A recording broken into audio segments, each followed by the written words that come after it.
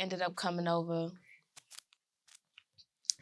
And they was trying to get me out the closet, like somebody want to talk to you. And I'm like, who want to talk to me, you know? I'm like, I don't want to talk to nobody. What could somebody do for me? And when they came and got me out the closet, it was Dirk or whatever. So he was like, they told me, you know, you've been in the closet, you ain't been out the closet. And I just told him, like, yeah, because I'm waiting for him to come home. Like, I know he's coming home. Like, it wasn't really nothing to talk about. Like, couldn't nobody do nothing for me. I'm just waiting for my brother to come home. It's like, y'all don't need to give him no liquor. It's okay. What's up, y'all? But go ahead. What was the question? It wasn't no question. I was just talking about the time that how all y'all was just downstairs and was able to listen to his music and watch videos. It just wasn't that for me. Like, I couldn't see his face. I couldn't hear his voice at the time. Like, it was just way too much. Like, gotcha. So way too much. So that happens, like the funeral, because it wasn't a public funeral, right? It was no. It was private. No. It was supposed to be like 30 people. No. And I imagine nobody wanted to let us have his funeral in Chicago, because of who he was. They was afraid, if you want to say that. Like, okay, so and then another thing, let me clear this up for the people saying he had a cheap funeral and all of this. Davon got a grandma on his daddy's side that's disabled. His uncles and everybody on his daddy's side was saying, like, because at my grandma's funeral in April, when I was here, he was there. Right. He he made a joke. He like, y'all groupies say y'all crying and shit. Granny won't want y'all crying. Like, y'all lame and say y'all better not be crying at my motherfucking funeral. I want to motherfucking I want to be cremated because y'all ain't gonna be crying over my fucking casket. Shit like that. And mind you, at Granny's funeral, I wasn't even gonna show up. Like, I just couldn't show up to Granny's funeral. Like, it was just, that was too much for me.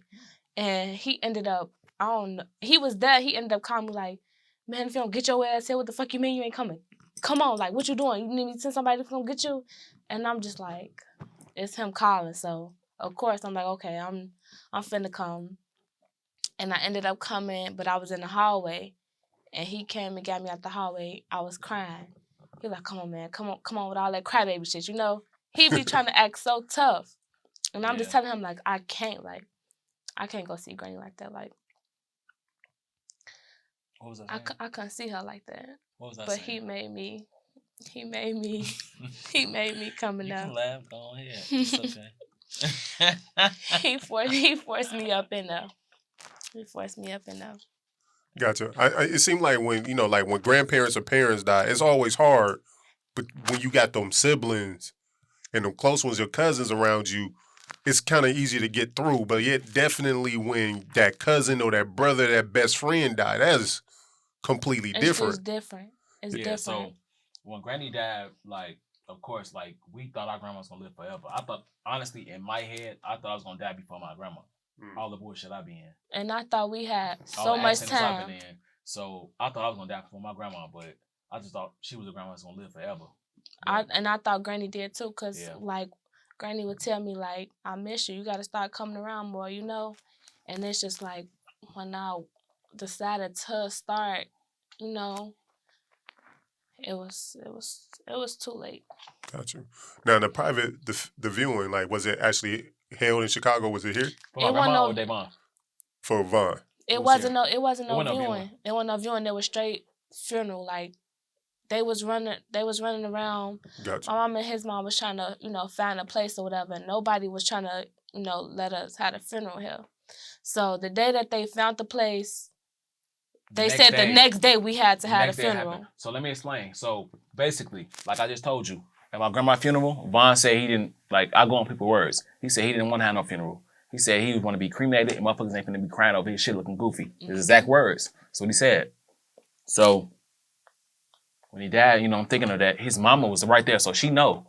So his uncle Craig, that was his daddy best friend. So consider his uncle. That was his daddy best friend. So, he look up to him. So he like, Vaughn got family. He got grandmas, on his daddy's side that's disabled that can't come, to Atlanta to have a funeral or whatever like that or do this. So we gonna ship him back to Chicago and, like have a regular funeral. But his mama was like, from her mama, from her uncle, all that, it's just like, it's overwhelming. So she thinking like, anybody that can help me with this and, she let anybody that can help her with this situation help her, basically. Gotcha. So he was doing a lot. His name Craig. He was doing a lot. Like he literally was helping. So and he was there with us. He was there with us. Yeah, during the time he was helping a lot. So she like anybody that could take any weight off my shoulders. I'm gonna let them, take some weight off my shoulders. So he was like, Von got family. He got grandmas on his daddy's side that's disabled in Chicago. I feel like we should, send him back to Chicago and have a regular funeral because his grandmas, they can't make it to Atlanta. Yeah. Von originally supposed to be cremated. Wasn't supposed to be no gravesite, nothing. We supposed to do all that in Atlanta. All that was supposed to happen in Atlanta when we went out there. So she, we all, like listen, like okay, you right. His grandma's, his daddy said his daddy, mama is still here, and all that. So we should have a funeral in Chicago so she can come. Then what happened?